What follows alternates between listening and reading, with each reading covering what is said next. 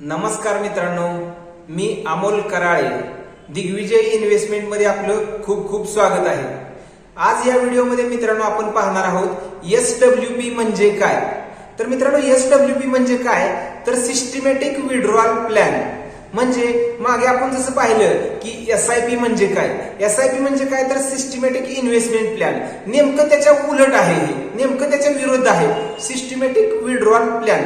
जसं आपण सिस्टमॅटिकली गुंतवणूक करत होतो तसंच आपण हे विड्रॉल करणार आहे पैसे, पण ते पण सिस्टमॅटिकली विड्रॉल करणार आहे. म्हणजेच काय करायचंय, आपण एक रकमी रक्कम आपल्याजवळ कुठून तरी आलेली एक रकमी रक्कम आहे, ती एक रकमी रक्कम एखाद्या म्युच्युअल फंडच्या स्कीम मध्ये गुंतवायची आणि त्यातून आपल्याला दर महिन्याला लागणारी जी काही दर महिन्याला लागणारी खर्चासाठी जी रक्कम आहे ती रक्कम दर महिन्याला आपल्या खात्यामध्ये काढून घ्यायची. याला सिस्टमॅटिक विड्रॉल प्लॅन असं म्हणतात. तर मित्रांनो, हा सिस्टमॅटिक विड्रॉल प्लॅन किंवा ही SWP करत असताना काही महत्वाच्या गोष्टी आहेत किंवा काही महत्वाच्या गोष्टींचं पालन करावं लागतं. तर त्या तुम्हाला मी आज या व्हिडिओमध्ये आपल्याला डिटेलमध्ये सांगणार आहे. तर मित्रांनो, मुख्यतः SWP ही संकल्पना आली कशासाठी किंवा ही गरज काय, SWPची गरज काय.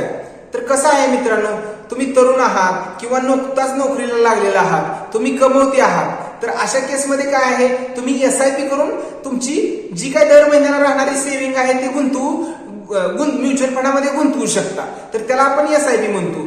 आणि SWP, मग ही SWP कुणासाठी उपयोगी आहे तर आता समजा एखादा रिटायर्ड झालेला पर्सन आहे, त्याने आयुष्याची जी काय असतील ते 60 वर्षापर्यंत नोकरी करून किंवा गुंतवणुकीतून किंवा इतर सर्व मार्गाने 60 वर्षापर्यंत त्यांनी पैसे कमवले. त्याला वयोवृद्ध माणसाने किंवा रिटायर झालेल्या माणसाने 60 वर्षापर्यंत पैसे कमवले. मग आता काय करायचं आहे, त्यांचा आता नोकरीचा तर विषय संपलेला आहे, नोकरी तर ते करत नाहीयेत. मग आता त्यांच्या जे जमवलेल्या किंवा कमवलेल्या पैशावरती त्यांना योग्य रीतीने रिटर्न घ्यायचे आहे आणि तो त्यांचाच पैसा आता पुढची जी काही रिटायरमेंट नंतरची जी राहिलेले आयुष्य आहे ते त्या पैशावरती आपल्याला त्यांचा दररोजचा किंवा दैनंदिन खर्च त्या पैशावरती काढायचा आहे. मग अशा केसमध्ये आपण काय करायचंय की एक रकमी गुंतवणूक करून त्यातून SWP घ्यायचे. नॉर्मली कसं असतं, एखादा रिटायर्ड पर्सन काय करतो की समजा रिटायरमेंटच्या वेळेस आलेले आपले कुठले PFचे असतील किंवा ग्रॅच्युइटीचे असतील किंवा आपण सेव्हिंग केलेल्या इतर कुठल्या पैशांचे असेल किंवा कुठल्या पॉलिसीज मॅच्युअर झालेल्या असतील किंवा FD, ह्या सगळ्या रकमा काढून ते ज्येष्ठ नागरिक काय करत असतात की एखाद्या बँकेमध्ये FD मध्ये गुंतवणूक करायची आणि त्यातून दर महिन्याला इंटरेस्ट घ्यायचा, हे तर करत असतात. नाहीतर पोस्टासारख्या वगैरे MIS म्हणजे काय तर मंथली इन्कम स्कीम असतात. ह्या अशा मंथली इन्कम स्कीम मध्ये गुंतवणूक करायची आणि दर महिन्याला लागणारा जो काय आपला महिन्याचा खर्च आहे तो त्या खर्चाची तजवीज करायची. असं एक नॉर्मली ज्येष्ठ नागरिक करत असतात. हा SWP हा मार्ग काय आहे की ज्येष्ठ नागरिकांसाठीच आहे, हा ज्येष्ठ नागरिकांसाठी जास्तीत जास्त उपयोगात येतो. तर मित्रांनो, कसं आहे तर काय ह्याच्यामुळे काय होणार आहे, आपण FD किंवा पोस्टाच्या किंवा MISच्या ज्या स्कीम असतात मग त्याच्यापेक्षा SWP का करायची. तर मित्रांनो, ह्याच्यामध्ये कसं असतंय की आपण जर समजा बँकेमध्ये FD केली आणि दर महिन्याला जर आपण पैसे घेत असू, एक विड्रॉल घेत असू, जी काही व्याजाची रक्कम होणार आहे तेवढा विड्रॉल आपल्याला दर महिन्याला येत राहणार आहे आणि काय होणार आहे की तीच रक्कम कालांतराने कंटिन्युअसली येत राहणार आहे. पण जी आपली जी मूळ रक्कम आहे ती मूळ रक्कम आहे तशीच राहणार आहे, त्याच्यामध्ये काही चेंजेस होणार नाहीयेत. समजा आपण FD मधून दर मंथली इन्कमची स्कीम घेतो आहे किंवा मंथली आपल्याला व्याज खात्यावरती जमा करावे अशी इन्स्ट्रक्शन जर आपण FD ला देतो आहे तर काय होणार आहे, या केसमध्ये दर महिन्याला इन्कम तर आपल्याला मिळत राहणार, आपला दर महिन्याचा खर्च तर भागत राहणार, पण जी आपली FD मध्ये गुंतवणूक केलेली किंवा MIS सारख्या स्कीम मध्ये गुंतवणूक केलेली जी रक्कम आहे ती रक्कम काय होणार तेवढीच राहणार. किंवा कालांतराने काय होणार, FDचे व्याजाचा दर किंवा MIS सारख्या पोस्टाच्या अशा डेट्स फंडाच्या स्कीमचं दर जसे कमी होतील तसं काय होणार, आपल्याला व्याज कमी येत जाणार. पण मग त्या गुंतवणुकीला बेटर परतावा देण्यासाठी किंवा त्या गुंतवणुकीला ती जी झाली आपली पारंपरिक गुंतवणूक FD किंवा MIS सारख्या स्कीम पारंपरिक गुंतवणूक झाली, मग त्या गुंतवणुकीपेक्षा चांगली गुंतवणूक कोणती किंवा SWP मध्ये काय फायदा होतो. तर मित्रांनो, काय होतं की SWP मध्ये आपण एक समजा ठराविक रक्कम आपण काय करतो की SWP मध्ये सगळी रिटायरमेंटची आलेली जी रक्कम आहे ती आपण ठेवतो. मग ते रिटायरमेंटची रक्कम आपली जी असते ती ठेवतो आणि काय करतो आपण SWP घेतो. ठराविक आपला महिन्याचा खर्च किती आहे बघून आपण SWP घेतो, म्हणजे सिस्टमॅटिक विड्रॉल घेतो. मग तो सिस्टमॅटिक विड्रॉल आपल्याला मंथली घेता येतो, क्वार्टरली घेता येतो किंवा इयरली पण घेता येतो. कसंही आपल्या आपल्या हिशोबाने याला लिक्विडिटी आहे, आपण जसं ठरवेल तसं आपल्याला एसडब्ल्यूपी घेता येते. मग त्या एसडब्ल्यूपी मुळे काय होतं की साधारण आपण एसडब्ल्यूपी किती रकमेची घ्यायची आहे, तर ही एक गोष्ट महत्वाची आहे. एसडब्ल्यूपी करताना आपण एसडब्ल्यूपी घेताना साधारण आपली जे करंट रेट म्हणजे समजा तुम्ही आज जर एसडब्ल्यूपी करता आहे आणि आज जर बँकेची एफडीचे रेट जर बघायला गेली तर 6% बँकेचे एफडीचे रेट आहे. मग आपण काय करायचंय, समजा आपला जो काही कॉर्पस आहे तो एफडी मध्ये गुंतवण्यापेक्षा एसडब्ल्यूपीच्या म्हणजे म्युच्युअल फंडाच्या एखाद्या स्कीम मध्ये गुंतवायचा आणि त्या स्कीम मधून दर महिन्याला एसडब्ल्यूपी घ्यायची आणि ती किती रकमेची घ्यायची, तर बँकेच्या चालू एफडी रेट म्हणजेच आजचा रेट जर पकडला तर आपण 6%, मग 6% आपण मंथली इन्कम घ्यायचा आहे. आणि म्युच्युअल फंडाचं तुम्हाला सांगितलेलंच आहे की मागे म्युच्युअल फंड काय करतो, साधारणतः 12 ते 15% रिटर्न देतो. म्हणजे मग आपण जे काही 6% विड्रॉल करतोय ते आपल्याला दर महिन्याला खात्यावरती जमा होत राहणार आपल्या दैनंदिन खर्चासाठी. आणि मग जे काही म्युच्युअल फंडाने अजून एक्स्ट्रा रिटर्न दिलेले असतात की जे 12%, समजा आपण एक अझूम करूया किंवा आपण एक पकडून चालूया की आपल्या म्युच्युअल फंडाने 12% रिटर्न दिले, तर ह्या 12% मधले आपण 6% काय करतोय की आपल्या खात्यावरती विड्रॉल करून घेतोय.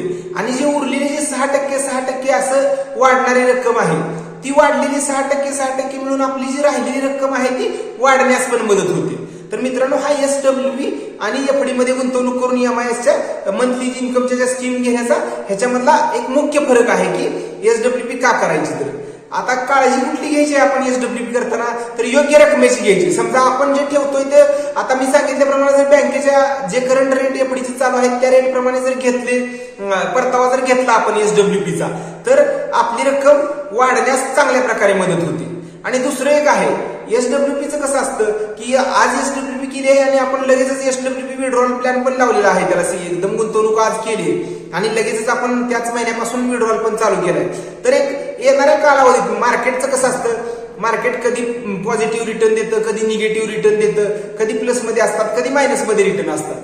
मग ज्यावेळी एसडब्ल्यूपी मध्ये काय होत असतं की आपला जो काही कॉर्पस आहे, समजा एक उदाहरणार्थ जी काय आपण ठराविक रक्कम टाकलेली आहे त्या रकमेतूनच आपल्याला विड्रॉल देत असतं. म्हणजे त्या रकमेतून दर महिन्याला आपण जर 6% विड्रॉल केलं, समजा उदाहरणासाठी मागाशी सांगितल्याप्रमाणे 6% विड्रॉल केलं, तर त्या 6% रकमेसाठी लागणारे किती युनिट आहेत तेवढे युनिट दर महिन्याला विकले जातात आणि त्या युनिटचे पैसे आपल्या खात्यावर जमा होतात. म्हणजे मग इथं मार्केटची रिस्क थोडीशी आली.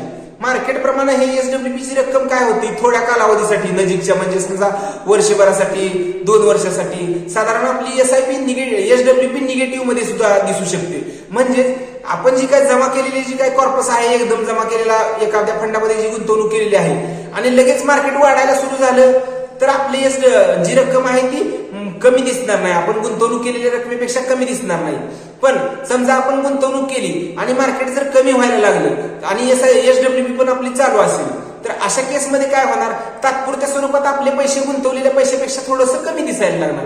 म्हणजे असं कुठपर्यंत होतं, साधारण एक आपण 6% रकमेची एसडब्ल्यूपी घेत असेल तर एक साधारण 3 ते 5 वर्षाच्या पर्यंतच आपल्याला आपली रक्कम भरलेल्या रकमेच्या किंवा जमा केलेल्या रकमेच्या पेक्षा कमी दिसू शकते.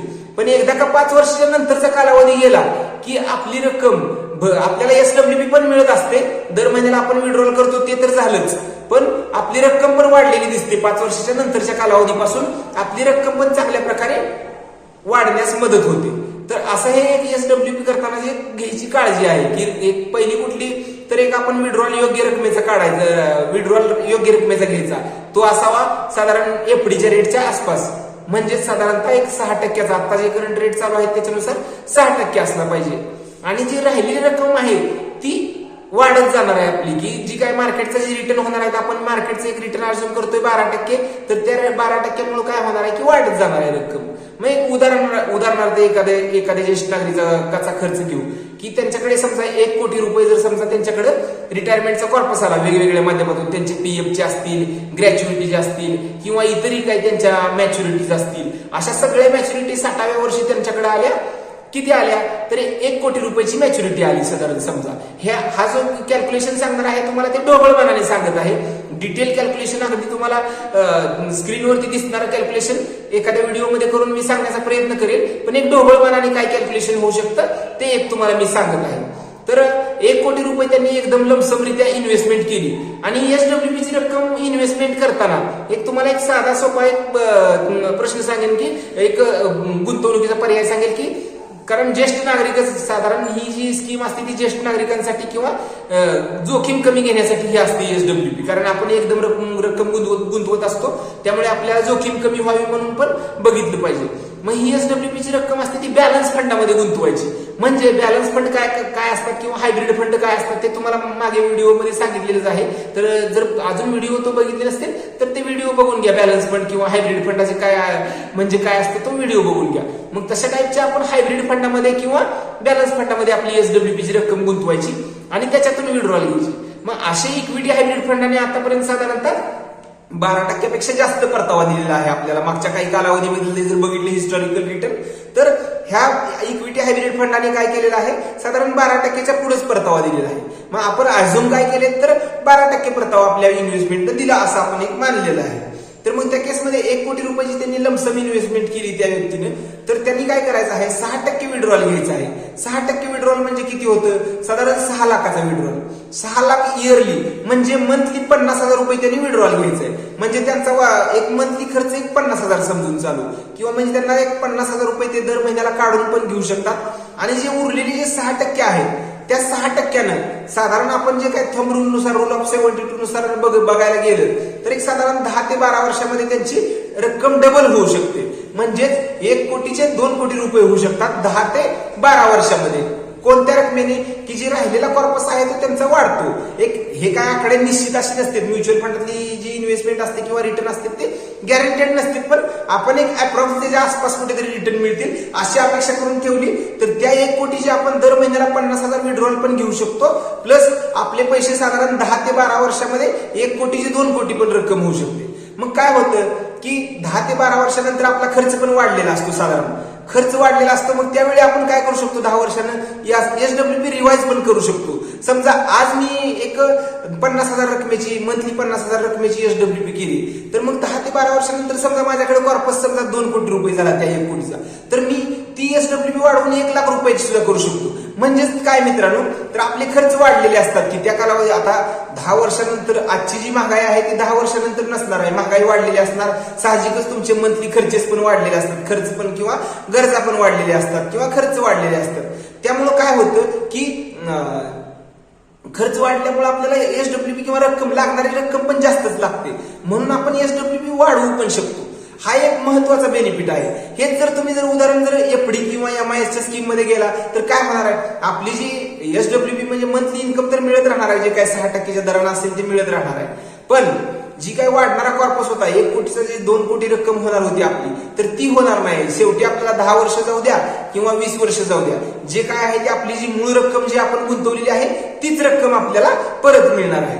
त्यामुळे एसडब्ल्यूपी ही बँक एफडी किंवा एमआयएसच्या स्कीम पेक्षा खूप फायदेशीर ठरू शकते. फक्त ह्याच्यामध्ये काळजी काय घ्यायची आहे तर साधारण कालावधी हा एसडब्ल्यूपीचा आपला 5 वर्षापेक्षा जास्त असला पाहिजे. हा एक महत्वाची काळजी घ्यायची. आणि एसडब्ल्यूपीची रक्कम ही साधारण बँक एफडी पेक्षा जास्त नसली पाहिजे. ह्या 2-3 गोष्टीची जर काळजी घेतली तर आपण एसडब्ल्यूपी थ्रू आपले पैसे पण वाढवू शकतो आणि आपल्या मंथली ज्या काही गरजा आहेत त्या पण आपण भागवू शकतो. असा एक एसडब्ल्यूपीचा फायदा आहे. किंवा आणि अजून जर एसडब्ल्यूपी संदर्भात डिटेल जो काय कॅल्क्युलेशनचा व्हिडिओ आहे तो मी तुम्हाला डिटेलमध्ये सांगण्याचा प्रयत्न करीन. आता ह्या व्हिडिओमध्ये जर तुम्हाला काही एसडब्ल्यूपी विषयी शंका असेल तर कमेंट करून मला विचारा. आणि माझ्या चॅनलला अजूनही आपण सबस्क्राईब केलं नसेल तर माझ्या चॅनलला कृपया प्लीज सबस्क्राईब करा. आणि व्हिडिओ जर आवडला तर व्हिडिओला लाईक करा आणि इतरांपर्यंत शेअर करा. धन्यवाद.